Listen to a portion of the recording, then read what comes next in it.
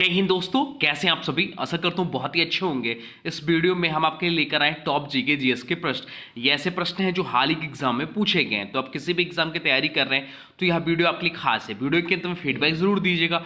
Total बताइए आप कितने क्वेश्चन सही हैं। देखते हैं पहला क्वेश्चन क्या है। पहला क्वेश्चन आपसे पूछा है, भारत का एकमात्र सक्रिय ज्वालामुखी कहाँ स्थित है। भारत का एकमात्र सक्रिय ज्वालामुखी कहाँ स्थित है। लक्षद्वीप में, सिक्किम में, बैरनद्वीप में या अंडमान निकोबार में। तो राइट आंसर हो जाएगा ऑप्शन सी, बैरनद्वीप में स्थित है, जो कि अंडमान निकोबार द्वीप समूह का एक हिस्सा है। चलते हैं अगले प्रश्न की ओर। अगला प्रश्न आपसे पूछा है, साइमन कमीशन का विरोध क्यों हुआ था। साइमन कमीशन का विरोध क्यों हुआ था। क्योंकि इसमें गांधी जी शामिल नहीं थे, इसमें कोई भारतीय सदस्य नहीं था, या विभाजन की योजना थी, या केवल अंग्रेजों के लिए था। तो राइट आंसर हो जाएगा ऑप्शन बी, इसमें कोई भारतीय सदस्य नहीं था, इसलिए साइमन कमीशन का विरोध हुआ था। चलते हैं अगले प्रश्न की ओर। अगला प्रश्न आपसे पूछा है, न्यायपालिका की स्वतंत्रता संविधान के किस अनुच्छेद में वर्णित है।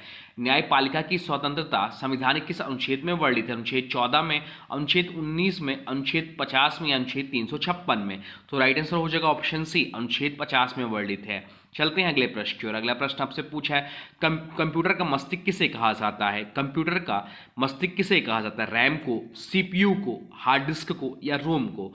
तो राइट आंसर हो जाएगा ऑप्शन बी, सीपीयू। सीपीयू को कंप्यूटर का मस्तिष्क कहा जाता है। सीपीयू का जो फुल फॉर्म होता है वो था सेंट्रल प्रोसेसिंग यूनिट।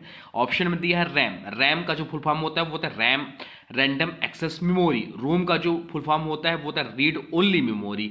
चलते हैं अगले प्रश्न की ओर। अगला प्रश्न आपसे पूछा है, भारत में सर्वाधिक चाय उत्पादन करने वाला राज्य कौन सा है। भारत में सर्वाधिक चाय उत्पादन करने वाला राज्य कौन सा है। असम है, पश्चिम बंगाल है, केरल है या उत्तराखंड है। तो राइट आंसर हो जाएगा ऑप्शन ए, असम। असम में सर्वाधिक चाय का उत्पादन होता है। बात क्या हो रही असम की, जिसकी राजधानी दिसपुर है। वर्तमान समय में इसके जो मुख्यमंत्री हैं वो हेमंत बिस्वा शर्मा हैं। चलते हैं अगले प्रश्न की ओर। अगला प्रश्न आपसे पूछा है, भारत में बायोस्फीयर रिजर्व की शुरुआत कब हुई थी। भारत में बायोस्फीयर रिजर्व की शुरुआत कब हुई थी। तो राइट आंसर हो जाएगा ऑप्शन बी, 1986 में हुई थी। राइट आंसर हो जाएगा ऑप्शन बी, 1986 में भारत में बायोस्फीयर रिजर्व की शुरुआत हुई थी। चलते हैं अगले प्रश्न की ओर। अगला प्रश्न आपसे पूछा है, मनरेगा योजना में न्यूनतम कितने दिन का रोजगार सुनिश्चित है। मनरेगा योजना में न्यूनतम कितने दिन का रोजगार सुनिश्चित है। 200 दिन का, 100 दिन का, 75 दिन का या 50 दिन का। तो राइट आंसर हो जाएगा ऑप्शन बी, 100 दिन का रोजगार सुनिश्चित है। चलते हैं अगले प्रश्न की ओर। अगला प्रश्न आपसे पूछा, किस रासायनिक यौगिक को ब्यूटाडिल कहा जाता है। किस रासायनिक यौगिक को ब्यूटाडिल कहा जाता है। तो राइट आंसर हो जाएगा ऑप्शन सी, CuSO4 5H2O को ब्यूटाडिल कहा जाता है। चलते हैं अगले प्रश्न की ओर। अगला प्रश्न आपसे पूछा है, भारत में श्वेत क्रांति किससे संबंधित है। भारत में श्वेत क्रांति किससे संबंधित है। कपास से, दुग्ध उत्पादन से, चावल से या डेयरी व्यापार से। तो राइट आंसर हो जाएगा ऑप्शन बी, दुग्ध उत्पादन से संबंधित है श्वेत क्रांति। चलते हैं अगले क्वेश्चन की ओर। अगला क्वेश्चन आपसे पूछा है, फेडरलिज्म का भारतीय उदाहरण कौन सा है। फेडरलिज्म का भारतीय उदाहरण कौन सा है। तो राइट आंसर हो जाएगा ऑप्शन बी, केंद्र और राज्य की संयुक्त सत्ता फेडरलिज्म का उदाहरण है। चलते हैं अगले प्रश्न की ओर। अगला प्रश्न आपसे पूछा है, जीडीपी का मुख्य सूत्र क्या होता है। जीडीपी का मुख्य सूत्र क्या होता है। केवल कृषि होता है, केवल सेवा क्षेत्र, तीनों क्षेत्र जिसमें कृषि, सेवा, उद्योग या केवल उद्योग। तो राइट आंसर हो जाएगा ऑप्शन सी, तीनों क्षेत्र, कृषि, सेवा, उद्योग जीडीपी का मुख्य सूत्र है। चलते हैं अगले प्रश्न की ओर। अगला प्रश्न आपसे पूछा है, भक्ति आंदोलन के महान संत कबीरदास किसके समकालीन थे। भक्ति आंदोलन के महान संत कबीरदास किसके समकालीन थे। गुरु नानक देव, सिकंदर लोदी, बाबर या शेरशाह। तो राइट आंसर हो जाएगा वो हो जाएगा ऑप्शन बी, सिकंदर लोदी के समकालीन थे। राइट आंसर हो जाएगा ऑप्शन बी। चलते हैं अगले प्रश्न की ओर। अगला प्रश्न आपसे पूछा है, लाल किले का निर्माण किसने करवाया था। लाल किला जो कि दिल्ली में स्थित है, इसका निर्माण किसने करवाया था। अकबर ने, शाहजहां ने, बाबर ने या जहांगीर ने। तो राइट आंसर हो जाएगा ऑप्शन बी, शाहजहां ने करवाया था। चलते हैं अगले प्रश्न की ओर। अगला प्रश्न आपसे पूछा है, सबसे पहले सामान्य ज्ञान शब्द किसने प्रयोग किया। सबसे पहले समान ज्ञान शब्द किसने प्रयोग किया। सुकरात ने, अरस्तु ने, प्लेटो ने या थेल्स ने। तो राइट आंसर हो जाएगा ऑप्शन बी, अरस्तु ने सबसे पहले सामान्य ज्ञान शब्द का प्रयोग किया। ये सिकंदर के गुरु थे और अरस्तु के जो गुरु थे वो प्लेटो थे। ये भी ध्यान रखिएगा। चलते हैं अगले प्रश्न की ओर। अगला प्रश्न आपसे पूछा है, भारत का प्रथम उपग्रह कौन सा है। तो भारत का प्रथम उपग्रह जो आर्यभट्ट है। आपसे पूछा है कब लॉन्च हुआ, 1971 में, 1980 में, 1975 में या 1977 में। तो राइट आंसर हो जाएगा ऑप्शन सी, 1975 में। चलते हैं अगले प्रश्न की ओर। अगला प्रश्न आपसे पूछा है, प्रधानमंत्री जीवन ज्योति बीमा योजना की न्यूनतम आयु सीमा क्या है। प्रधानमंत्री जीवन ज्योति बीमा योजना की न्यूनतम आयु सीमा क्या है? तो राइट आंसर जो हो जाएगा वो जाएगा ऑप्शन ए 18 वर्ष है। चलते हैं अगले प्रश्न की ओर। अगला प्रश्न आपसे पूछा है, भारत में सर्वप्रथम वोटिंग मशीन का प्रयोग कब हुआ?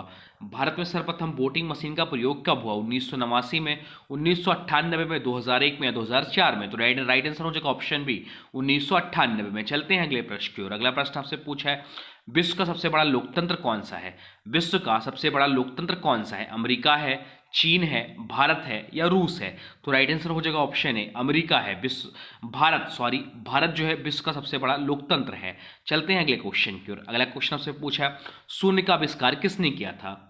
शून्य का आविष्कार किसने किया था? आर्यभट्ट ने, भास्कर ने, वारामेहर ने या ब्रह्मगुप्त ने? तो राइट आंसर हो जाएगा ऑप्शन ए आर्यभट्ट ने शून्य का आविष्कार किया था। चलते हैं अगले प्रश्न की ओर। अगला प्रश्न आपसे पूछा है, वर्षा मापक यंत्र को क्या कहते हैं? वर्षा मापक यंत्र को क्या कहते हैं? माप यंत्र, जल मापक, रेन गेज या जल सूचक? तो राइट आंसर हो जाएगा ऑप्शन सी रेन गेज कहते हैं वर्षा मापक यंत्र को। चलते हैं अगले प्रश्न की ओर। अगला प्रश्न आपसे पूछा, महिला सशक्तिकरण शब्द सबसे पहले कब सामने आया? महिला सशक्तिकरण शब्द सबसे पहले कब सामने आया? तो राइट आंसर जो हो जाएगा वो जाएगा ऑप्शन बी 1985 में है। राइट आंसर हो जाएगा ऑप्शन बी।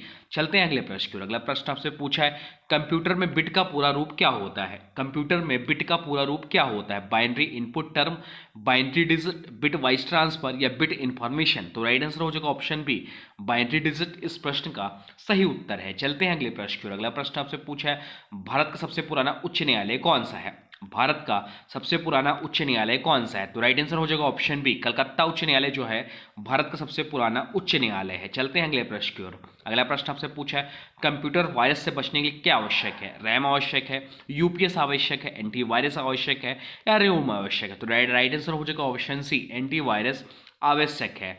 चलते हैं अगले क्वेश्चन की ओर। अगला क्वेश्चन आपसे पूछा है, किस संविधान संशोधन में पंचायतें सर्वाधिक दर्जा पाई?